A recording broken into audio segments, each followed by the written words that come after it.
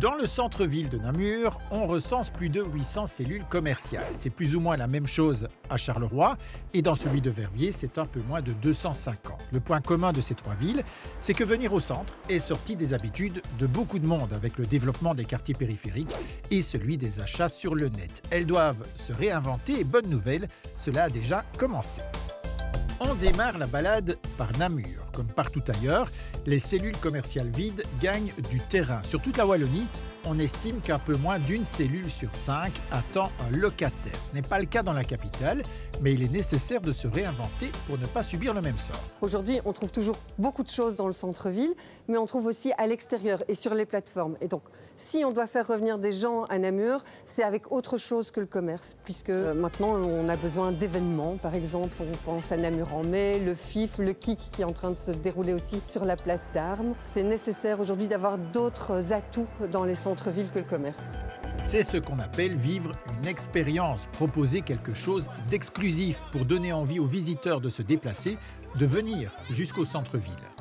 Il assiste à l'animation, à l'atelier, à l'activité et ensuite il rayonne. Il va manger un bout, il va faire son shopping, peut-être même qu'il reste là le soir ou qu'il se dit tiens, je reviendrai peut-être demain. Donc voilà, c'est tout un ensemble de choses qui doivent être mises en place pour que le chaland ait vraiment son expérience quand il vient chez nous. Attirer un maximum de monde, cela passe aussi par un cadre agréable et des investissements sur la voirie. À Namur, on mise sur le piétonnier, début des travaux au printemps 2024 et ils sont ambitieux puisque le piétonnier va voir sa surface doubler. Alors donc c'est des rues comme la rue des Carmes ici qui va devenir entièrement piétonne. Alors c'est pas juste mettre la voiture à l'extérieur de la ville, c'est aussi créer des nouvelles expériences pour les utilisateurs du centre-ville, donc pour les chalands, pour les touristes. Ça passera notamment par des jeux urbains, des illuminations et du nouveau mobilier. Les espaces verts occuperont également une grande place. Un autre exemple, à Verviers, un plan d'investissement est en cours pour remodeler tout le centre-ville et attirer de nouveaux publics. Ici, nous sommes place verte, une toute nouvelle place qui vient d'être inaugurée. Et à côté, nous avons la place du Martyr qui est en plein travaux.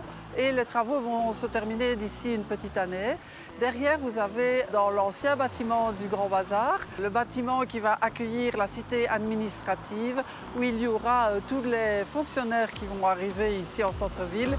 Ce sont 400 personnes qui viendront à terme travailler ici dans le nouveau centre administratif. Tout cela pour attirer les visiteurs et aussi les investisseurs. En effet, le commerce reste un élément essentiel d'un centre-ville dynamique. Il faut donner envie aux commerçants de s'installer.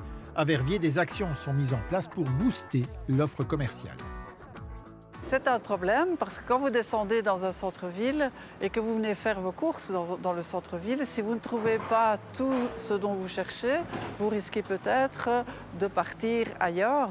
Et donc, tout le défi, c'est de ramener toute l'offre commerciale dans le centre-ville. Pour y parvenir, la Wallonie a décidé de concentrer son action sur les centres des villes de plus de 30 000 habitants, 18 centres-villes concernés, plus de 8 200 points de vente. Par exemple, aider un commerçant à s'installer en lui offrant une prime à l'aménagement. On l'accompagne pour tout ce qui est démarches administratives, contact avec les structures d'aide à la création d'entreprises, peut-être même des banques de microcrédit. On a aussi ce qu'on appelle l'aide au loyer. C'est un budget annuel de 3 millions d'euros qui est débloqué à partir de 2024 pour dynamiser nos centres-villes et les rendre encore plus attractifs.